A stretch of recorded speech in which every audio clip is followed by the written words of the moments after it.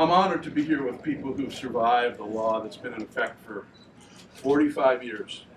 And we're here to launch a signature gathering drive for the Fairness for Injured Patients Act. This is the petition itself. It's in your press pack if you were a member of the press. And you will see that, okay, you will see on top what the initiative does. And it's pretty simple. The Fairness for Injured Patients Act does one big thing. It updates a compensation cap on injured patients that has not been updated since 1975 for 45 years. 45 years, wow, Steve, yes. And the people you see in front of you have all been affected by this cap. And they're advocates also who are going to change it. We need 623,212 signatures on petitions like this by May 1 to get this on the ballot. And that's what we're launching today. That's what we're launching today. And as you look at the top of the initiative, you will see it does a couple of things. One, it updates the cap from 75. That's a $250,000 cap for inflation, which would make it $1.2 million. It also says in cases of catastrophic injury, like some of the families you'll be hearing from today, or death, juries get to decide what the cap is, which is whatever they think it is, not what the legislature says it is. Because politicians imposed this cap in 1975. 33 states either have no cap or a cap that is like the one we're proposing, where there is an exception for catastrophic injury and death. 20 states have no cap, including the District of Columbia. 13 states have an exception to their caps for catastrophic injury and death, these issues that are very serious. California is the most progressive state in the nation. Well, why does it have the most regressive medical negligence law? Our cap is the lowest in America. Texas and Montana are the other two states with lower caps, with the $250,000 cap. And those states have more generous laws in many ways. Now, we're here at Frank Fat's for a reason, so I'm just going to tell you what that reason is. And I'm going to bring up these folks to talk about how they've experienced this law. In 1975, it was a backroom deal that pushed through a cap without a hearing in the Judiciary Committee, without due process, without democracy. The Speaker of the Assembly promised there'd be a hearing in the Judiciary Committee, and guess what? There wasn't. In the back of your packets, if you're with the media, there's a statement by Barry Keene, who was the legislator who authored Micah, who describes it all. He says an index for inflation was always contemplated in the legislature, but never got through because there was no hearing in the Judiciary Committee. And he tells the whole story in this letter to a patient, Eric Andrews, who lost his sister in 2012. It's really a tragic case. He also tells the story what happened next, which is why we're here. In 1986, the Supreme Court held the cap constitutional, to many people's surprise. No one thought Jerry Brown would sign it. No one thought the court would hold it constitutional. When that all happened, there was a powwow downstairs, and it was between Willie Brown, Bill Lockyer, two prominent legislators. Barry Keene was there, as he says in his letter. They talked about many issues in a tort war, including tobacco litigation, insurance issues, but they also talked about whether the cap should be indexed for inflation, as they had all contemplated. And if you look at the deal that was written on the back of the napkin and hangs downstairs, it's called the napkin deal. This is a blow-up of it. You can see the words MICRA on it, and DMZ. MICRA is the Medical Injury Compensation Reform Act. DMZ means demilitarized zone. What they agreed, because the medical insurance complex refused to index the cap for inflation or raise it $1, was that they would not index the cap. They would talk before doing anything in the ballot process or in the legislature, but more importantly, they agreed that the only thing that was going to change was the attorney contingency fees. So they upped the contingency fee limits, which are strictly rated by percentage, in order to get people access to contingency fee attorneys, which is fine. It's good for consumers. But the problem is, it would have been better for consumers to raise the cap, to adjust it for inflation. And they didn't do that. And that's why, if you look at the title and summary of the measure, It says it adjusts the limits imposed in 1975, and again, the contingency fee limits imposed in 1987. Nothing happened on MICRA since 1987. There have been no indexes for inflation.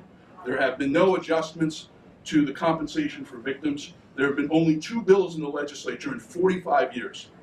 And patients lose when policy for real families is decided in back rooms like Frank Fat's rather than in hearing rooms or ballot boxes. And it's shameful that we have to go to the ballot box 45 years later with 623,000 petition signatures to get a change that should have happened decades ago, probably downstairs at Frank Fat's. So I'm going to bring up some folks to talk about their stories, and they speak for themselves. We're going to do 2 minutes each, and everybody has a powerful story, so please stick with it. And then we're going to do question and answer. So we're going to get into the proposal, the campaign. But let me first bring up my friend Scott Olsen, whose son Stephen Olsen was injured at 2. He's now 28 years old. 29 years old. Sorry, Stephen. And he had a jury, come on up, Scott. He had a jury change to honor what happened to Stephen, to help him. That was reduced, their award was reduced because of the cap. Scott is also a board member of ConsumerWatchdog. And Scott's from Chula Vista. Oh, you took out my first sentence. Sorry. Okay, I'm from Chula Vista. Our family suffered under the limits, like Jamie said. Is it okay? Yeah, it's great. Okay. This cap that's never been updated for 45 years. When my son Stephen was 2, he fell during a family hike and injured his head. We took him to the hospital and asked for a CAT scan 4 different times, but the hospital denied him one. They gave him steroids, and after 2 days, they sent him home. The next day, he was comatose. He was rushed to the hospital and finally got the CAT scan, and it showed a brain abscess. He's now blind, has cerebral palsy, and diminished brain function. He'll always require care from someone. Medical experts testified. Now, our medical experts testified if he'd had the scan, he'd be fine. And the defense at the trial didn't dispute that. Anyway, he would be fine and if he would have had the scan that day in the hospital. Stephen was a healthy toddler with his life ahead of him. For his lifetime of blindness and cerebral palsy, a jury, we had a jury trial, 2.5 weeks. They awarded him $7 million for his lost quality of life and lifetime of disability, except once the jury left the room, and it's always after the jury leaves the room, the judge slashed that $7 million verdict to $250,000, the cap set by the legislature in 1975, and it's never been adjusted. After his injury, my wife, Kathy, quit her job to take care of Stephen. My wife died unexpectedly 4 years ago this month. I had to leave my job, and I do wonder all the time what will happen to Stephen when I can't take care of him. This Fairness for Injured Patients Act will prevent the injustice that happened to Stephen from happening to others. I mean, it's too late for us, but it will help others. It will adjust the 1975 limits on injured patients' rights. That's why I'm here today as a proponent of this ballot measure. I'm asking Californians to join with me to put this proposal on the ballot and to send a message to the medical insurance companies that now is the time to make them accountable to families.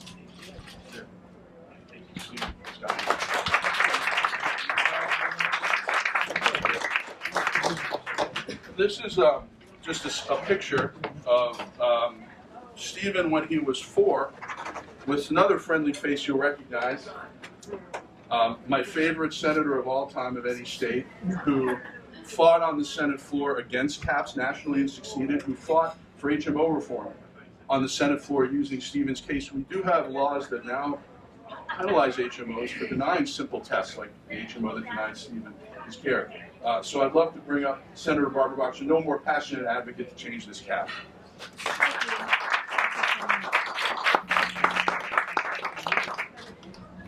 This is an issue that I've carried in my heart, and I feel really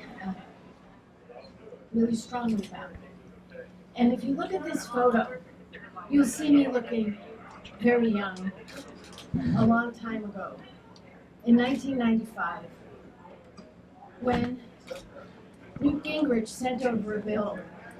It was called the Contract for America, or with America. I called it Contract on America, but be that as it may. Part of it was putting a cap on damages to people who were injured from, let's just say, dysfunctional products. And also there was an amendment to take the California cap and make it national cap. $250,000 to someone like Steve. So I met Stephen, and I met Kathy, his mom, and I fell in love with them. And more than that, I realized that I had to stop this Gingrich bill because it had passed the House. And I was part of leading the filibuster. I'm just going to read a tiny little portion of what I said because some press people said, well, when did you get interested in this? So this is what I said. Stephen, listen to me here. I do not think we should be able to prejudge what a damage award should be, whether it is in medical malpractice or whether it's in product liability. Let me give you an example. Most Americans were stunned to hear that a physician in Florida, when treating a gentleman, actually cut off the wrong leg of that man. It meant that they had to then cut off the other leg, and the man lost both legs. In the debate on this subject of capping the damages and what people could receive in medical malcases, a Republican congressman who happens to be a doctor took to the floor of the House. He has served there for many years, and this congressman was asked by another colleague, what do you think about the fact that a physician cut off the wrong leg of a victim, and now this gentleman has no legs at all? He can never hope to have anything like a normal life. And this Republican doctor congressman said mistakes happen. That was his response. Mistakes happen. These things happen, he said. And then he was asked what it's worth. The fact that a man has no legs and can never have the semblance of an ordinary life again. And he said again, mistakes will happen. Listen, this is justice denied to real people who are beautiful people who don't deserve this. And I'm going to do everything I can this time to once and for all adjust the cap. The last point I'm going to make, and then I'll sit down. When this cap was set on medical mal at $250,000, this was the minimum wage, $2.10 an hour. Now we already know the minimum wage is far too low today. We're trying to raise it. But imagine $2.10. It never was raised. People would be lying in the street, starving to death. Well, people are lying in their beds in pain and suffering and not seeking justice, not having justice. So thank you for this opportunity to join this team and to be with you until we win this. Thank you. I forgot to say that Scott Olsen is one of the two official proponents of the measure. And the other proponents, I'm going to bring up right now, the Morenos, Nelson, Bree, and Mia. They are amazing people, and they're going to tell you why they're here. What's really important to know is that if their case is going to be decided after this initiative, and the fate of this initiative will determine Mia's future.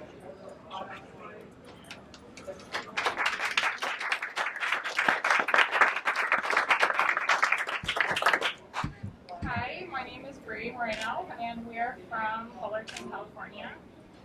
This is our beautiful daughter, Mia, and my husband Nelson will speak in just a minute. We support the initiative because Mia deserves more than the limits that are currently in place, that are being put on her on injured patients by politicians in 1975, which have not been updated. When Mia was only 6 weeks old, we noticed she was sweating a lot, and we actually noticed it a couple weeks before, but we talked to the pediatrician, and they kind of brushed it off and said, just give her some baths, some cold bath, and it still persisted, so we took her to the local children's hospital, to the ER, and they saw that she had a fever. After doing some testing and some x-rays and CT scans, they did find that she had a tumor in her chest, which was pressing on her heart and spine and lungs. I still remember that day like it was yesterday. I remember she was in her little hospital crib. I think she was sleeping when they told us, and it was like a bad dream. It was surreal, but in a bad way. And after that, they determined it was most likely a cancerous tumor, and they later told us a few days later that they would need to do a needle biopsy to determine the kind of tumor and to basically confirm that it was cancer. On that same day, they sedated her for that procedure, and then on that same day, she was scheduled to undergo a procedure to place a board in her chest right here for the chemotherapy. So she was given more anesthesia. We didn't think to question the medical staff about sedating her twice in the same day, or even performing 2 major procedures on her just hours apart. But we trusted the doctors, like most people do, and why wouldn't we? So from this point, I'm going to let Olsen take over and tell us the story.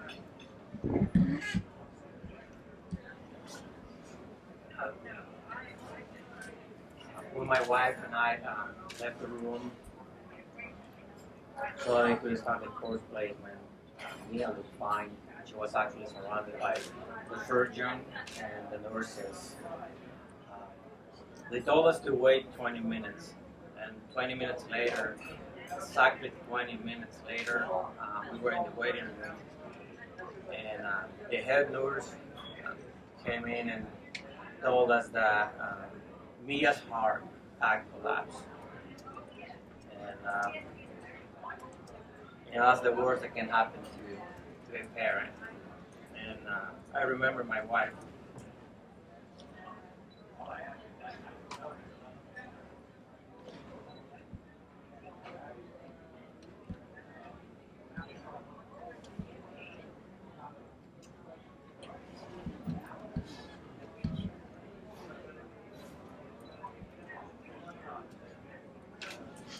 Excuse me.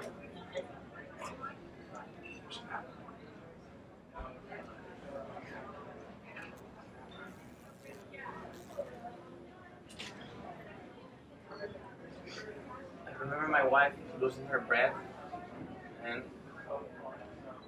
the thing that I remember is like I'm gonna lose my wife again.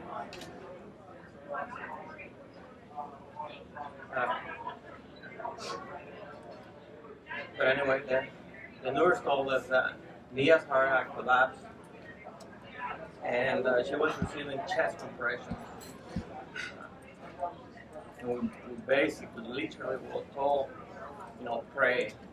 And that's what we did. We prayed. Mia barely survived. To this day, we still can see the marks left in her chest because of the compression.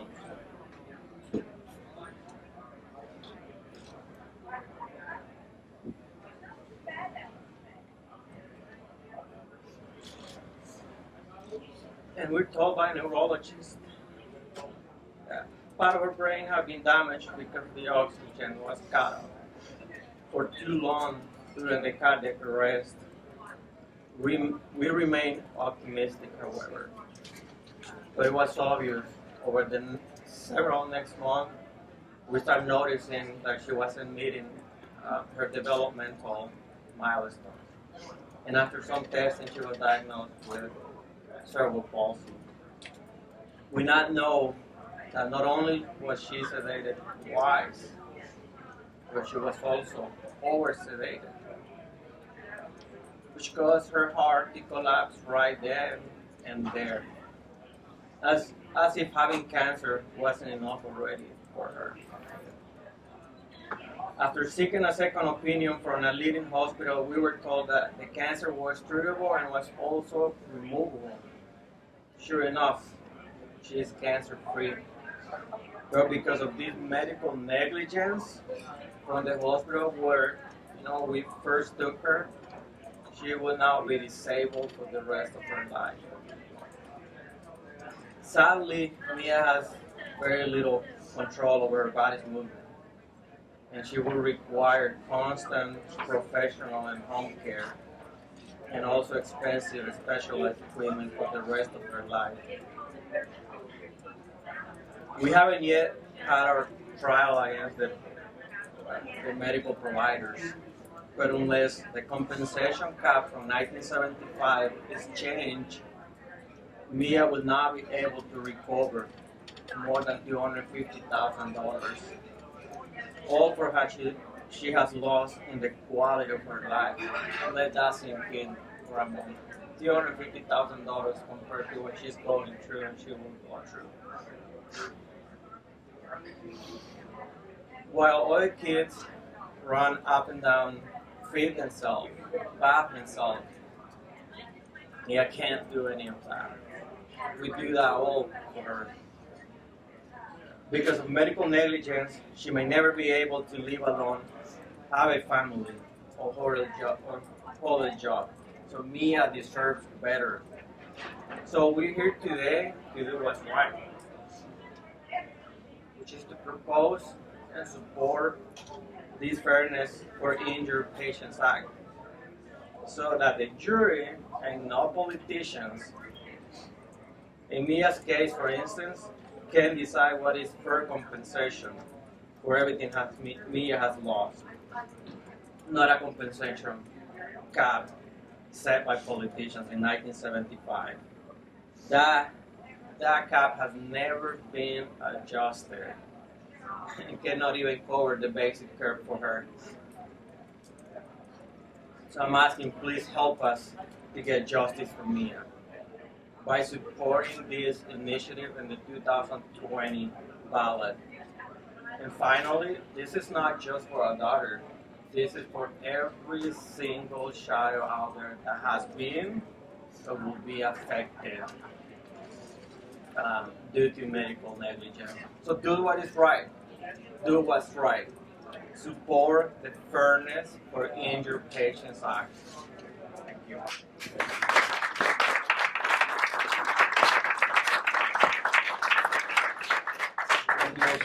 Now, I want to also say on live stream for folks who have questions, they can email them at FATS, F-A-T-S, at ConsumerWatchdog.org. Next, we're going to bring up a guy named Nick Rowley, who is heading up the fundraising for this initiative, but he's done a lot more. He's a trial lawyer who tries cases in states across America, has had at 41 years old over 150, I think it's 159, but I want to get it wrong, jury trials. He knows his way around juries. And he also has 11 children, which is unbelievable at 41. He did lose a child, however, to medical negligence. He would have had 12 children. And I know that's where his passion for this act and for putting everything he has, including much of the money he has made behind it is. So thank you, Nick, for making this possible.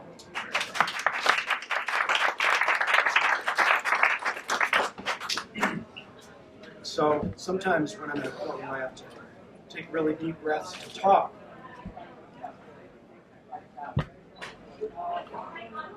When emotions run through me. Listening to these stories reminds me of losing my little boy.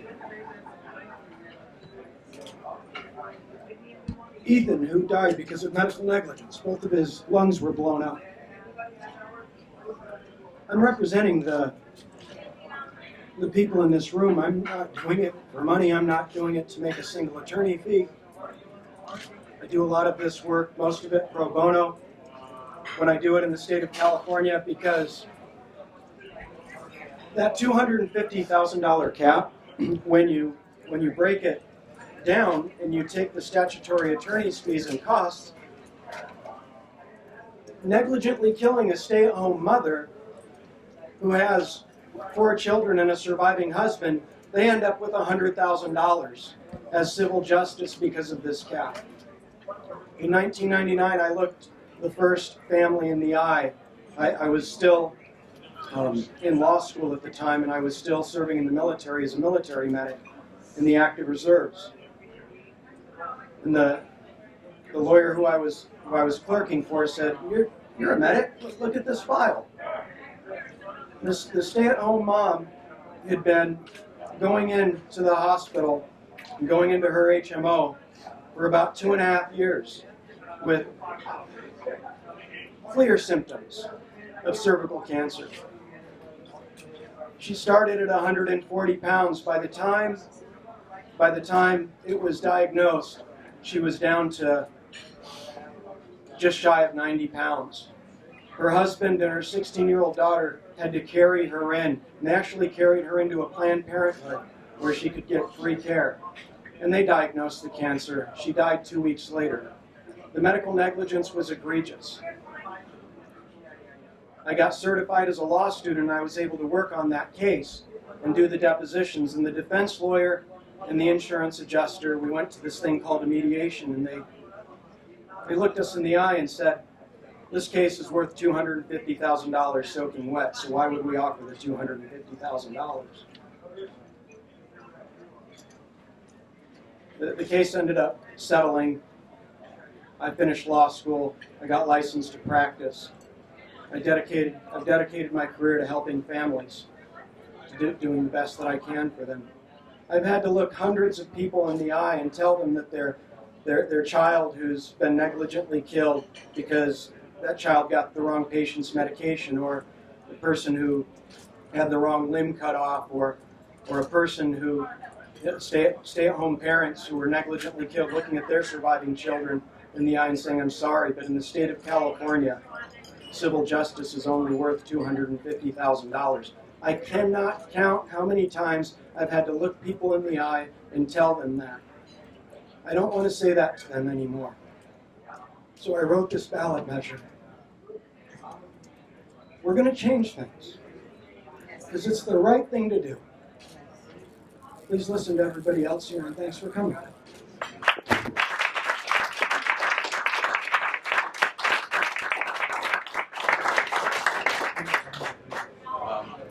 Next we have up two really amazing people, Charles Johnson and Judge Glenda Hatchett.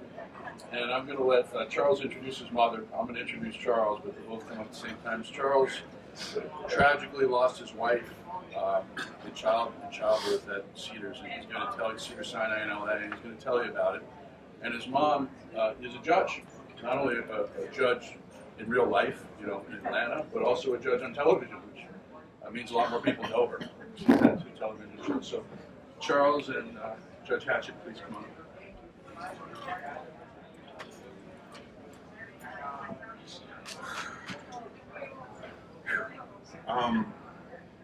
Before I say anything, I just want to first of all thank all of you for coming. Before I say anything, I just want to say thank you to the Olsens and the Morenos, and just let you know just how much of an inspiration you all are to me.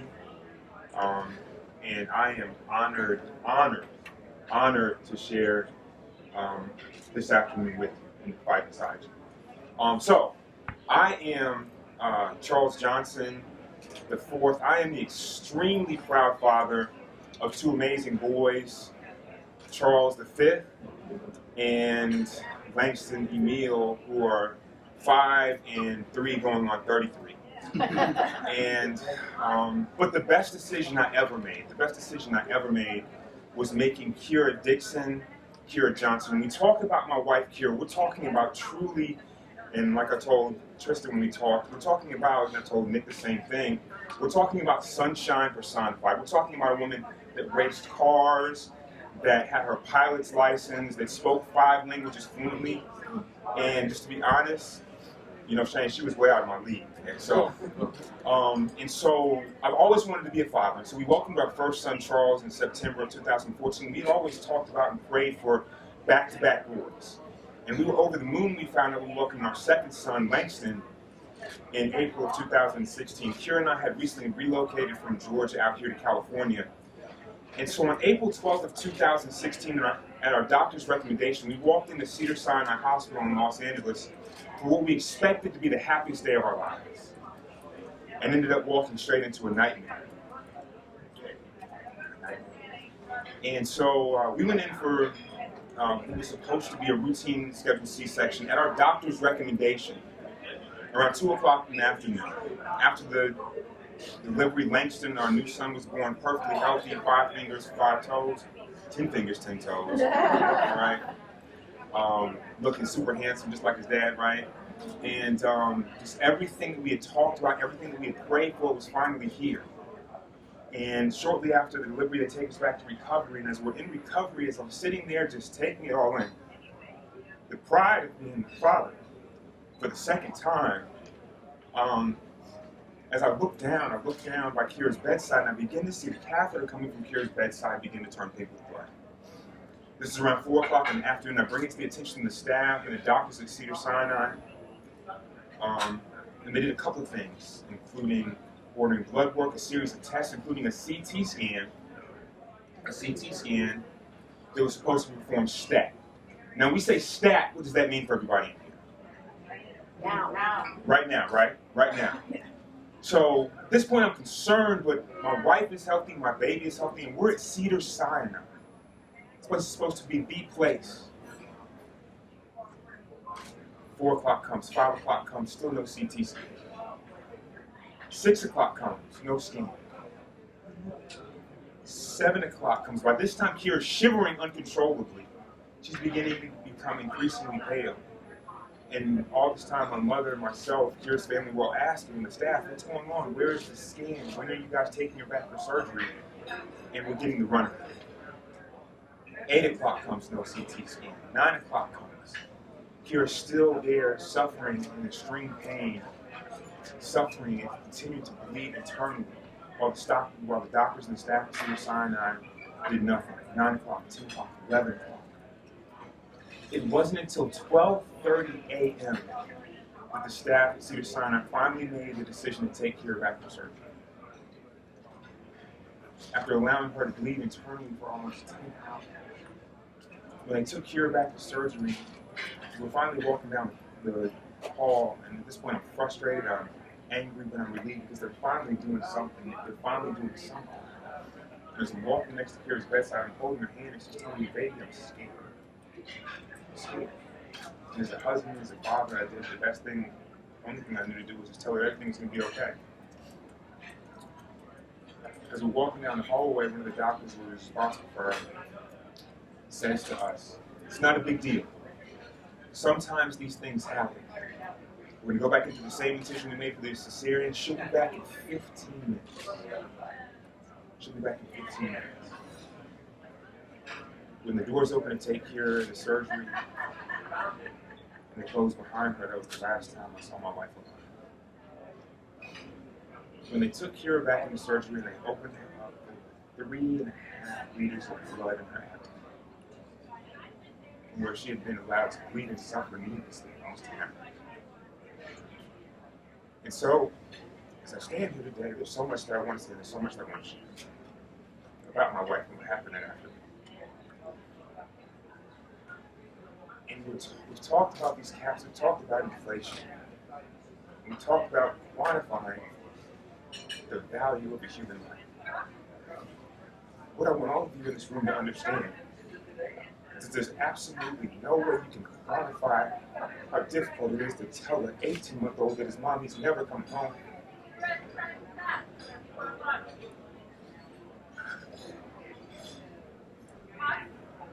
There's no way to ever calculate how difficult it is to explain to a son that will never know his mother just how amazing she is, how amazing she was. And so for us, when we talk about the monetary value of how much my wife's life is worth, it literally makes my stomach hurt every time somebody brings that up. And so for me, beyond the compensation factor, so what I also want you to understand is for us and for these families, it's about so much more. It's about justice, it's about transparency, and it's about accountability. And so for me, when we first started this legal fight and started fighting for accountability, for Cedars-Sinai to this day has not been transparent about what happened to my wife. They have not been transparent about the steps that they're taking to prevent it from happening to other women. And so as we've gone through this fight, tried to fight, and I've had to part ways with the lawyer because all he wanted me to do was settle. And so for the past 9 months, almost a year, I've tried to represent myself because not a single lawyer in the state would take my case. But I felt that I owe it to my kids, I owe it to my wife to hold the people responsible, accountable, but there's caps in the state make it impossible for me to even do that. And so I'm so grateful for Nick Rowley to take a step on faith to represent myself, to represent these families here. And for us, I promise that not only for Kira, not only for the Olsen, not only for the Morenos, that we will never stop fighting. We will never stop fighting because these caps literally and figuratively are adding insult to injury.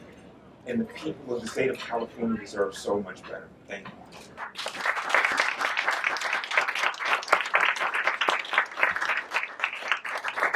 Charles stood at Kira's funeral and he eulogized her, and what he said that morning was that we must turn the pain into purpose. And I could not be prouder of Charles in this battle, and I stand with him. Many, many years ago, Paul Robeson, an actor, a statesman, an advocate, just this amazing man, once said that the battlefront is everywhere. And there is no sheltered rear. Know that we stand with you. We will not cower from this fight. We will be bold and we will be tenacious because justice demands nothing less. I am a judge. I've been a judge. I am now on this side of the bench as a lawyer in a national law firm, and what is happening in California is despicable. Absolutely despicable of what has happened. And the backroom deal that was cut downstairs, and the 45 years that this has gone unchecked. Well, today we are declaring that we're putting an anchor in the ground, that we are saying emphatically no more, that justice must and will prevail because we are going to stand with you, shoulder to shoulder, in this gap, and we are going to do what is necessary. I don't want another family to suffer the way that tens of thousands of families in this state have suffered over these decades. It's about more than money. It is about doing what is right. And when a 2-year-old comes into your bedroom in the middle of the night and says, Grandma G, why won't God let mommy come home from heaven? And I don't have an answer. The pain cuts to your soul in a way that no family should have to ever, ever, ever have to suffer. And so we are going to be on that battlefield. There is no sheltered rear. And we must and we will demand that justice prevail. I live in Georgia, but Nick, you can count on me being here whenever you need us. Thank you.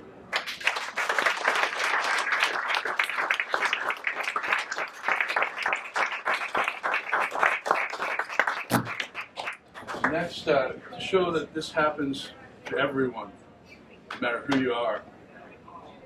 Next we have Shane Mosley, one of the greatest fighters ever, and Trista, Pisani, who have a story to tell about the medical negligence that ended Sugar Shane Mosley's career, and what seems to be an epidemic in America affecting childbirth, particularly when it comes to African American children, African American babies. The value of a case where a child dies in California is never more than $250,000. Because there is no wage loss, there are no medical bills, and because of that, we have a real problem with bad doctors, bad medical providers, bad procedures being perpetuated, and we see this all across the country, but we see it particularly in California. And I'm going to let Shane and Trista tell you a little about their stories. Thank you.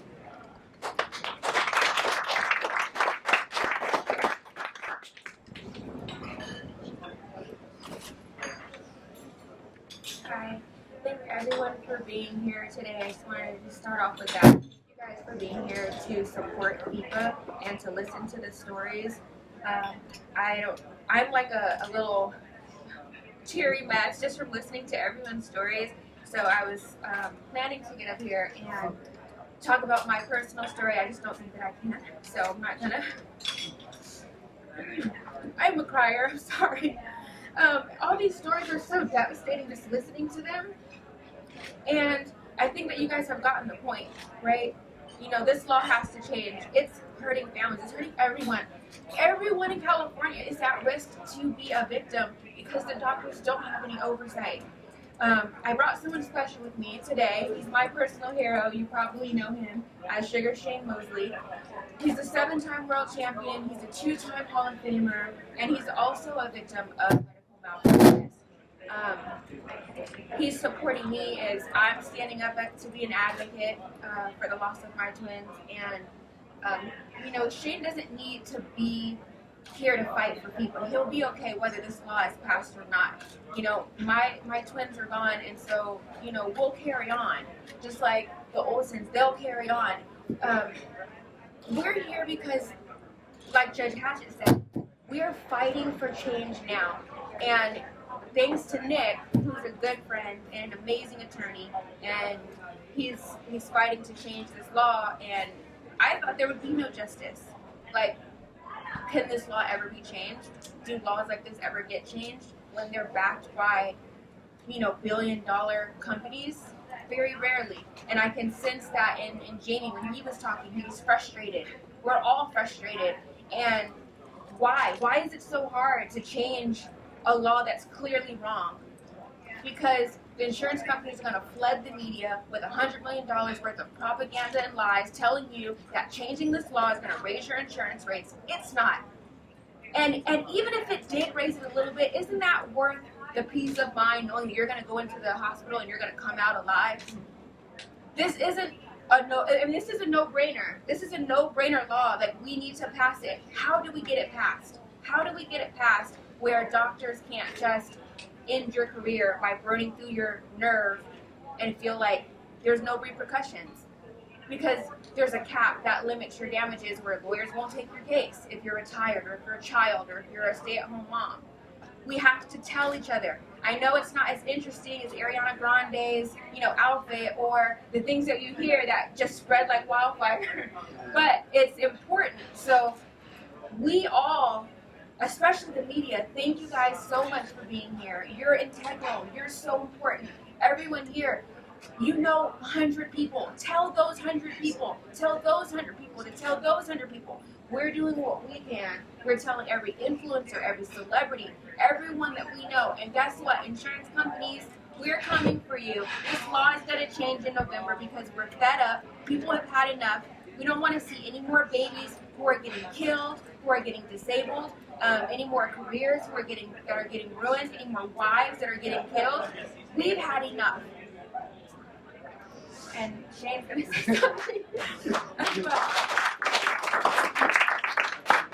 I think my fans have said a lot, and you know, I back her 100%, and I back everybody that's in this room. I mean, hearing these stories is so traumatic, and I think together we can, you know, knock out this bad law that we have. And it's been 45 years. I think I was 4 years old back then when it first started, and we had to knock this law out because this is devastating to our kids, to our families, to everybody. Thank you.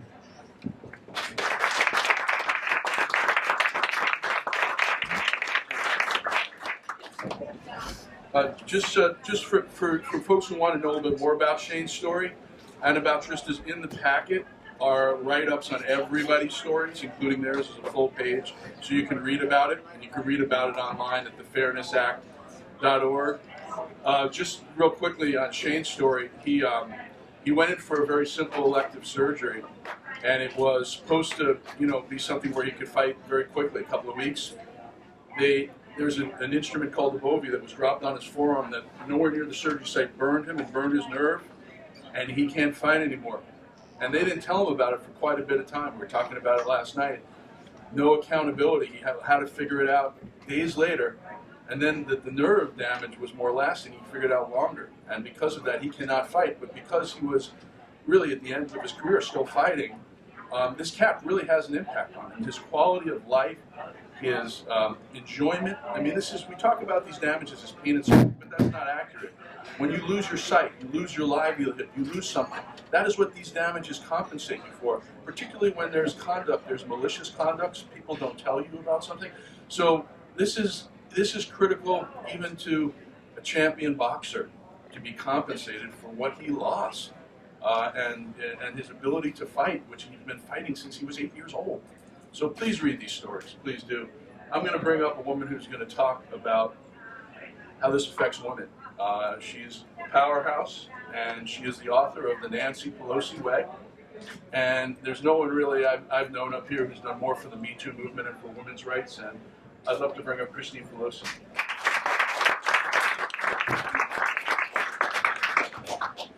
Good afternoon. Thanks to everybody who told their story and for the people watching us online. This is a conversation really about dignity. When we talk about justice and accountability and being accountable to each other, what we're really talking about is dignity. When we talk about the fight that we've had here in Sacramento that's spread across the country for women's rights, it was really a talk about dignity and respecting the dignity and worth of every person. When we talk about what's happening in our medical community, we have many nurses and doctors in support of our efforts because they know that basic human accountability is part of what makes us who we are and part of how we value each other. And what we can't have are backroom deals and, frankly, powerful political lobbies based on corporate money that are going to stop us from being able to achieve justice. As a healthcare consumer covered under Covered California, you have a few more days to sign up or change your plan if you haven't. The fact of the matter is, I want to be funding healthcare. I don't want to be funding a political campaign against my rights, and I shouldn't have to do that.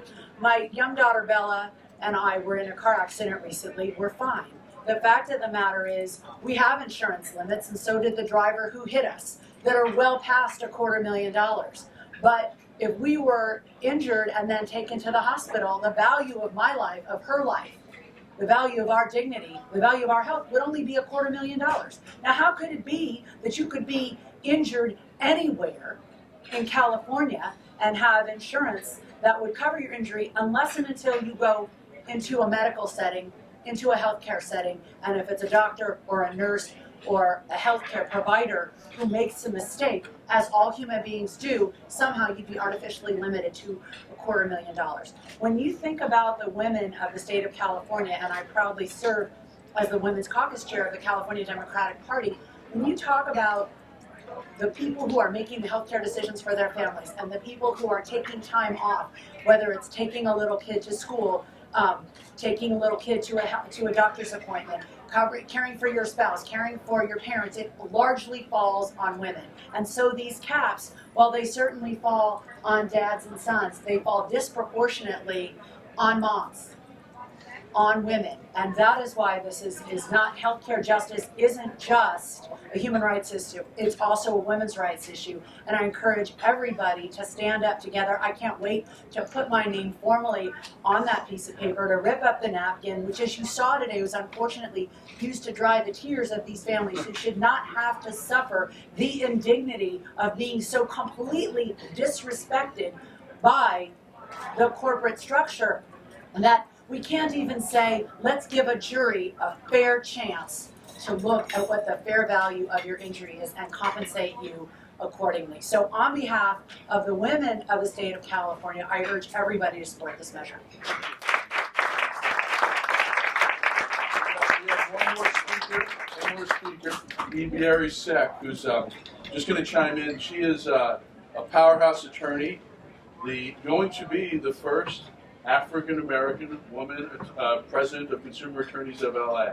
So, and has a personal experience she wants to share, and then we're gonna get into the questions. Thank you. My name is Ibiere Seck. I am a trial lawyer. I am an advocate for people who have been catastrophically injured and victims of wrongful death. But most importantly, I'm a mother. And 2 years ago, in 10 days, I nearly died. And so did my daughter, Koti. She was my second child, or is my second child. My first child was a perfect pregnancy, no complications. Koti, there were complications. I knew when I arrived at the hospital that something was not right. There was a nurse in the room with me. She had only been there for 6 months. She was transferred from Chicago. And as she began to administer the Pitocin to speed up my labor, I told her that something did not feel right. And she said, "No, you're fine. I've been through this. You'll be okay." And over the course of the next few minutes, something tragically went wrong. I began to hyperventilate. And I couldn't articulate what was happening to me, but I told her something is wrong. And she ignored me. And I asked her to call my doctor in. She said, "I'll call him," and I waited, and I waited. And that's when I realized that I had to take matters into my own hands. I told her that I was going to push, even though I knew I wasn't. I went into the bathroom, and I saw nothing but blood. I went back to the bed, and I told her, "I'm bleeding," and she told me, "That's normal." I told her, "No, this is not normal." And I got back into bed, and I began to put my lawyer hat on. I started listening to the fetal monitoring strip, or the fetal monitor. I've been observing the strips, and I knew that my child was in distress. Only then did the doctors begin to come in, and as the doctors came in, I began to hemorrhage. My daughter's heartbeat dropped, and they had to perform an emergency C-section. At that time, I had not received any sort of pain medication. They began to cut into my body before they could knock me out. I woke up to find that my daughter was in ICU, and had the doctors not come in when they came in, I would have hemorrhaged to death, and my daughter would have died. I know that this is a tragedy that happens every single day. And it doesn't matter if you are a practicing attorney or a woman who lives on Skid Row. There is an incredibly high risk of mortality for Black women in the state of California. It doesn't matter how much you make or how many degrees you have. And I know that based on personal experience. I know that there were signs that were ignored and that I was neglected. And thank God I made it out on the other side when so many other people did not. And so now is the time that we have to begin to ask ourselves some very important questions. What is right? What is fair? We talk about dignity. We talk about civil rights. Okay? We have a right to a jury trial.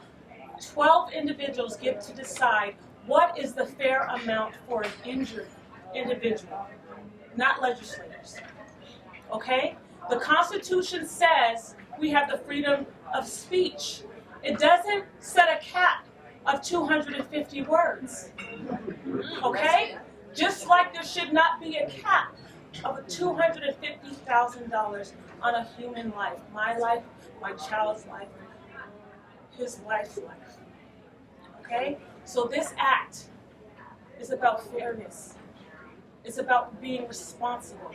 It's about being conscientious. It's about being loving. It's about being human and respecting the lives of everyone in this state and beyond. So I hope you all would join me and all of these individuals here in this room and support this initiative. I beg you. Thank you.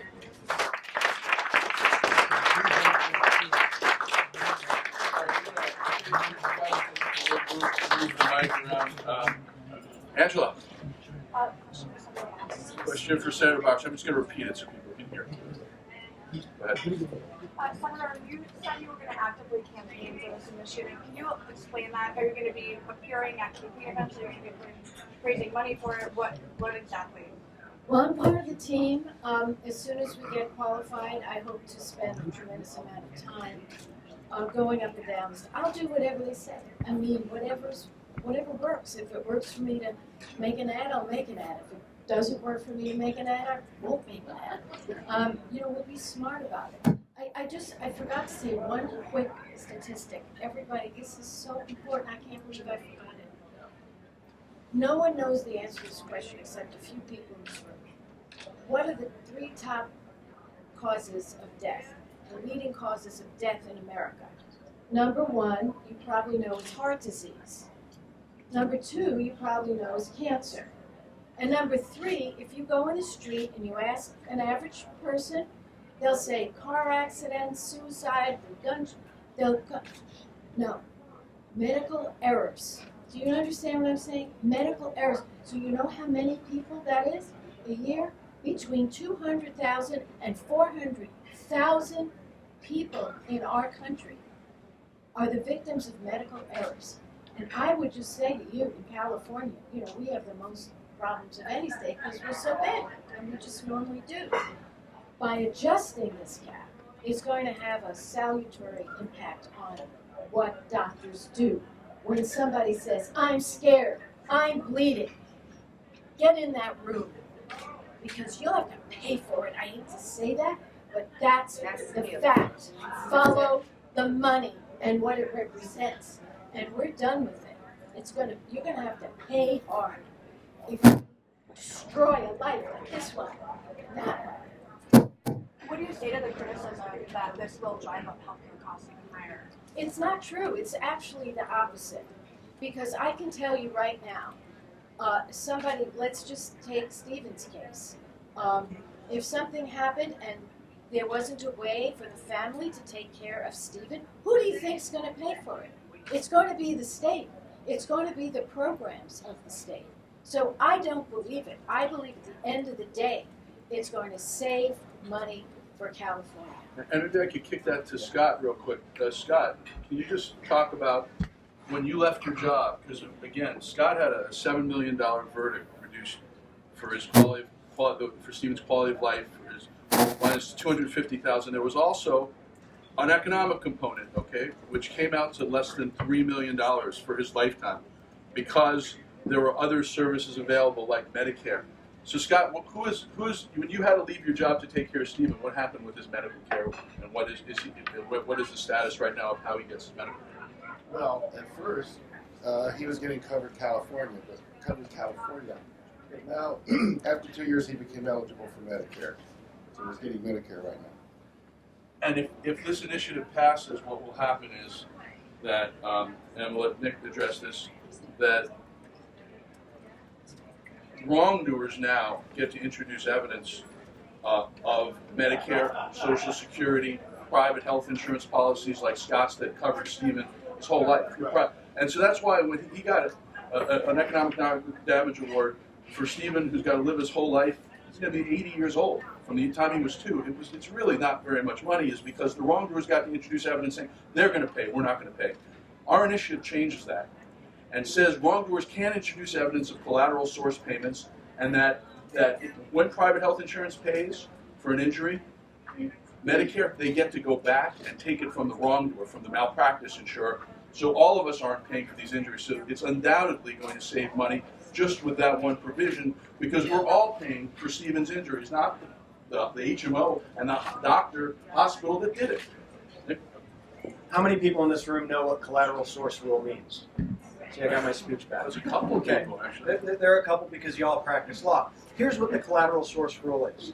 It is a rule. The collateral source rule means that if I go out and I'm negligent and I run through a stop sign, I'm not paying attention, I'm messing with my phone, I run through a stop sign and I absolutely devastate your life, not only non-economically, and non-economically means, what are your non-economic assets?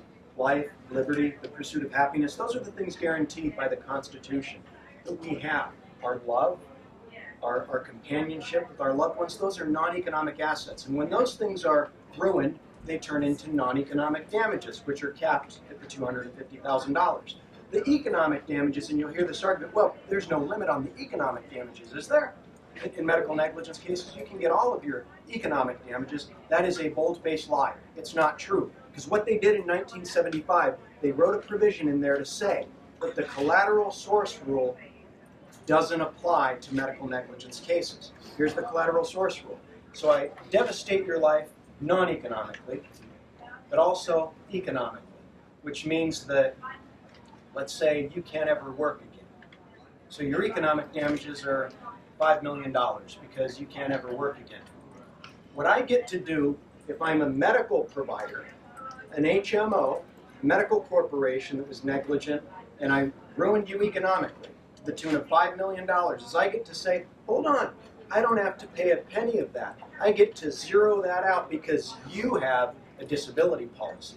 I get to pass the burden of the economic injury onto your disability policy, or if your medical bills are going to be $5 million, I get to pass the buck of economic damages onto your medical insurance. Or I could say, you know, the Affordable Health Care Act, you have access to that. So I'm going to zero the economic damages out. The collateral source rule in any other type of case that isn't medical negligence says that's wrong. You don't get to pass the burden of the economic damages that you have inflicted upon another person onto someone else. You have to bear the responsibility of that. If I destroy your iPhone because I'm negligent, I don't get to say, hey, we got Apple Care, I don't have to pay for that. That's going to drive up your Apple Care rates. Your computer, if I destroy that, you got insurance on your computer? I don't get to say, well, you got insurance, so I don't have to pay for it. I have to pay for it. My insurance has to pay for it, but not if it's a medical negligence case. They've got rid of the collateral source rule. So who ends up bearing the burden of all the health care costs for someone like Stephen? The taxpayers. Our own health insurance. Who bears the burden when two twins, Trista's twin babies, spent all this time in the hospital before they died? Who pays the costs of that? The taxpayers do, the health insurance companies do, not the medical malpractice insurance company who should be paying for those economic damages. And then the other thing is any judgment, because of this 1975 law, any judgment you win against an HMO, a health corporation, a medical provider that's over $50,000, they get to periodicize. So when the Olsens win their jury verdict back in 1991, 94, they say, well, now you owe us this much money because that's civil justice, this is our constitutional right, and a jury decided that the case is worth this much. Judge slashes the non-economics to $250,000, and the medical malpractice insurance company gets to say, well, we're not going to pay you that other $3 million. We're going to, since it's above $50,000, we get to periodicize that. It's called periodic payments. We get to give you just a little bit at a time and hope that Stephen dies. And so then what you're faced with is the families are stuck taking a settlement that's a fraction of the jury verdict. And who wins in all of this? It's the medical malpractice insurance companies. It's not the doctors, it's not the nurses. This isn't an initiative against them. It's the medical malpractice insurance companies that win. And then everybody else suffers the burden of the economic harm of tens of thousands of patients every year because the collateral source rule doesn't apply, because of the periodic payments provisions, which we get rid of with this initiative. Nick, if you start to determine how this is deterring, Okay. Do you want to? No, I'll let you. Okay. He's the expert. But I think that's important in this When forum. caps are placed, and this has been put before Congress when Newt Gingrich and other not so creeps and other folks were trying to put a national cap of $250,000 on our constitutional right to a jury trial. And here's the deal. If they can take away one constitutional right from us and it can stand for 45 years, what other constitutional rights can they take away? Anything. Just bit by bit. So what Congress saw, and they looked at data back when Gingrich was trying to get this national cap placed, is the fact that when you put a cap in place on a person's civil rights, on patient civil rights in a state, medical errors go up by 15%. By 15%. More injuries, more brain injuries, more deaths by 15% the moment you put a cap in place. The costs of medical errors just here in California, $2 billion per year. We take the cap away, do the math. 15% of $2 billion is $300 million of savings just by taking the cap off and decreasing the rate of the amount of medical negligence and deaths that occur every year. So it is a deterrent. If I know that I can go out and drive drunk and blow through a stop sign and kill you and be capped at $200 and you're capped at $250,000, why am I deterred? Right? There has to be a deterrent, and it's called our Constitution. It's called the Bill of Rights. It's civil justice is the deterrent that makes people behave and keeps us safe. But when we take that away, boom, it's open season. They can do whatever they want and get away with it, and we see that time and time again, and people cannot get lawyers to represent them because of all the caps that are in place. And when people, thank you, Nick, when people can't get attorneys, guess what? When Medi-Cal's paying money for someone's injury or for children in an NICU, Medi-Cal will never get that money back unless there's a case that's brought to get them that money back.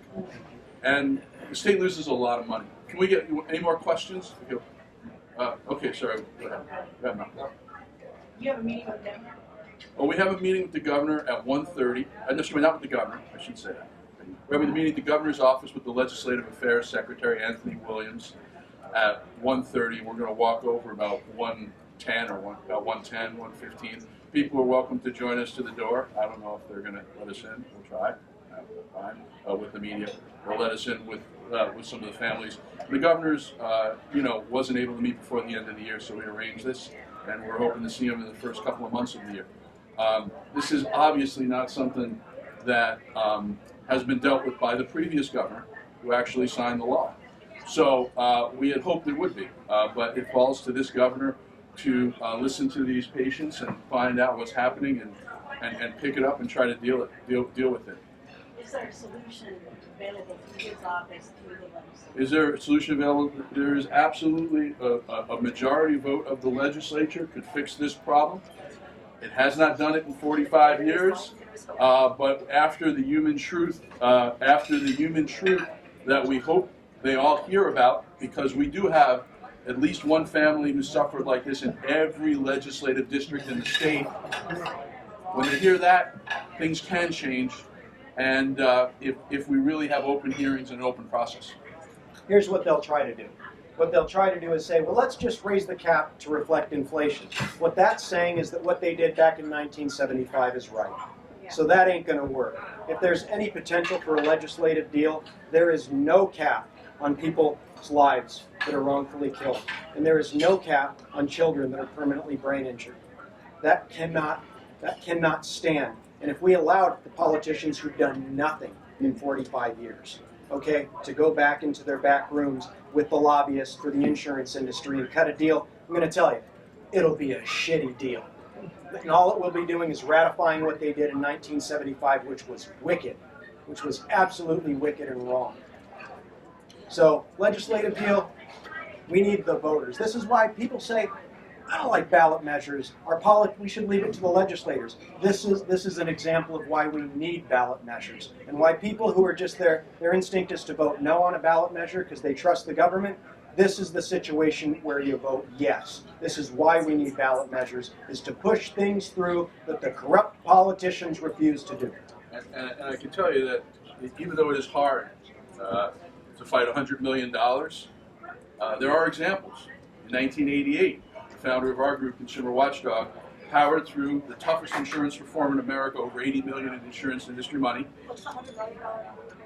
$100 million is about what we expect the insurance companies to spend against us. The malpractice insurers, Kaiser, the hospitals.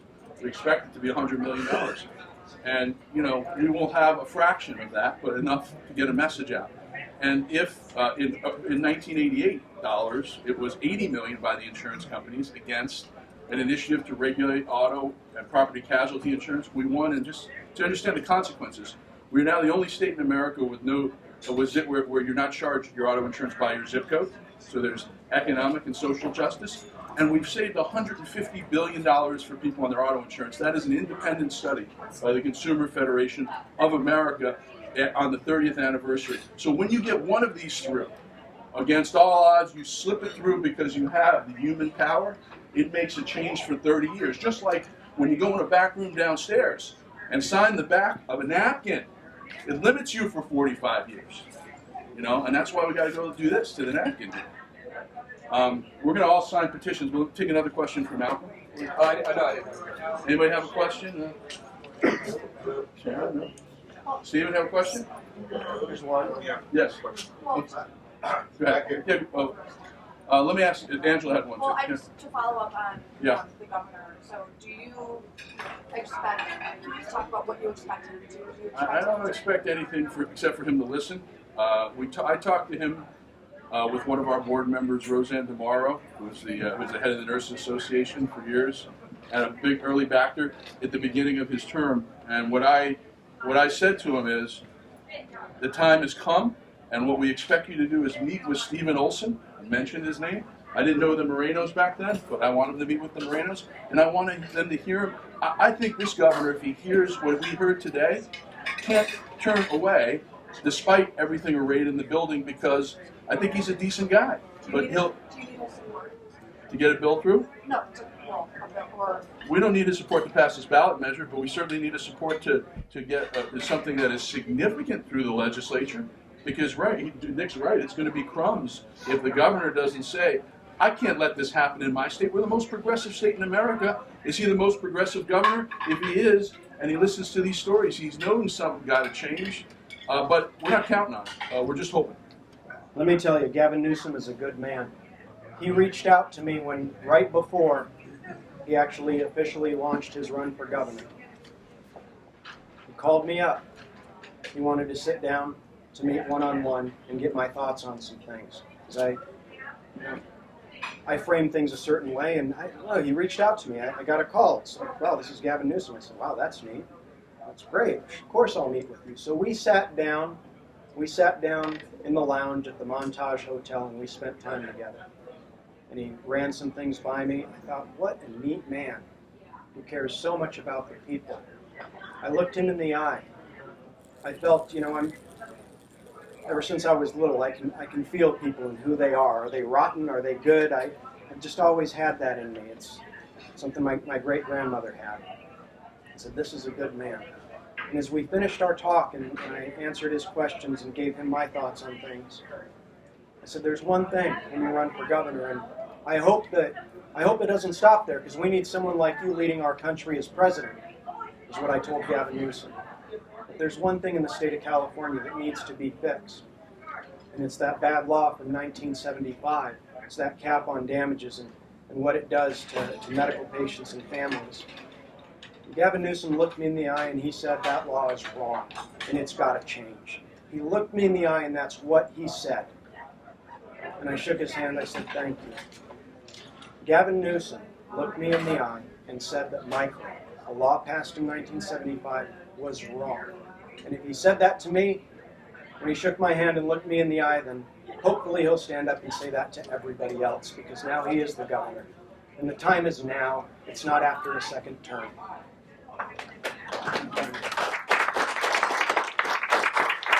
Any other questions? No. Yes, Steve. One in the back, or no? I had a question for Steve and Bree, or both. Hearing your stories, I think we're all moved. I'd like to know from the both of you how you felt when you learned that someone decided that your children's happiness, life, their goals, their expectations, their dreams are worth $250,000. Scott, you want one of you, or?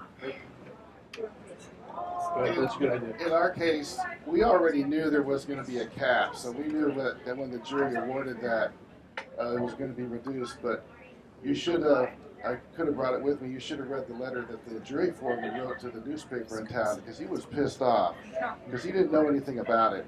And he called it an injustice, and he wanted it changed back then. And this was in '94. So he was very upset. I'll pass this over.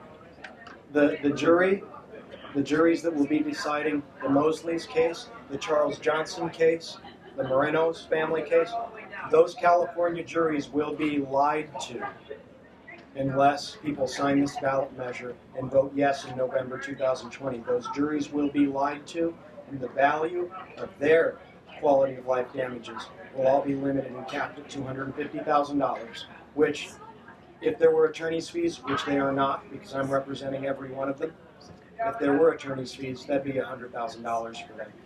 But the costs actually come off the top, all the experts, and it costs more than $100,000 to actually prosecute a medical malpractice case because the insurance industry, and the insurance industry, and there's insurance in every one of these cases, the insurance industry, they have billions.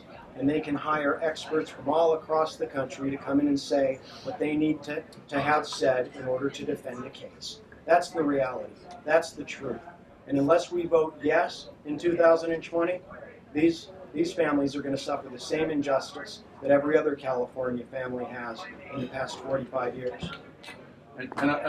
While they answer the question, I want to bring the signature gatherers up here to have these folks sign the petition, because we're going to have to go in about 5 minutes to the governor's office. So if we get the families signing, maybe, and the folks while you're answering. Sorry.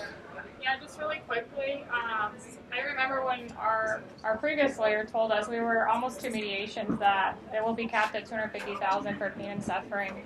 And like you said, how can you put a cap on a little girl's life? She's 5 years old. She hasn't experienced, too much yet, and yet you're going to limit her already. She might not be able to have a job. She might not be able to get married. All of those things. So I remember just being in disbelief, like, really, this exists? Like, why? I can't imagine, what Scott was feeling when the jury awarded him $7 million, and then he already knew, oh, that's not going to happen. But his son's life, of course, is worth $7 million or more.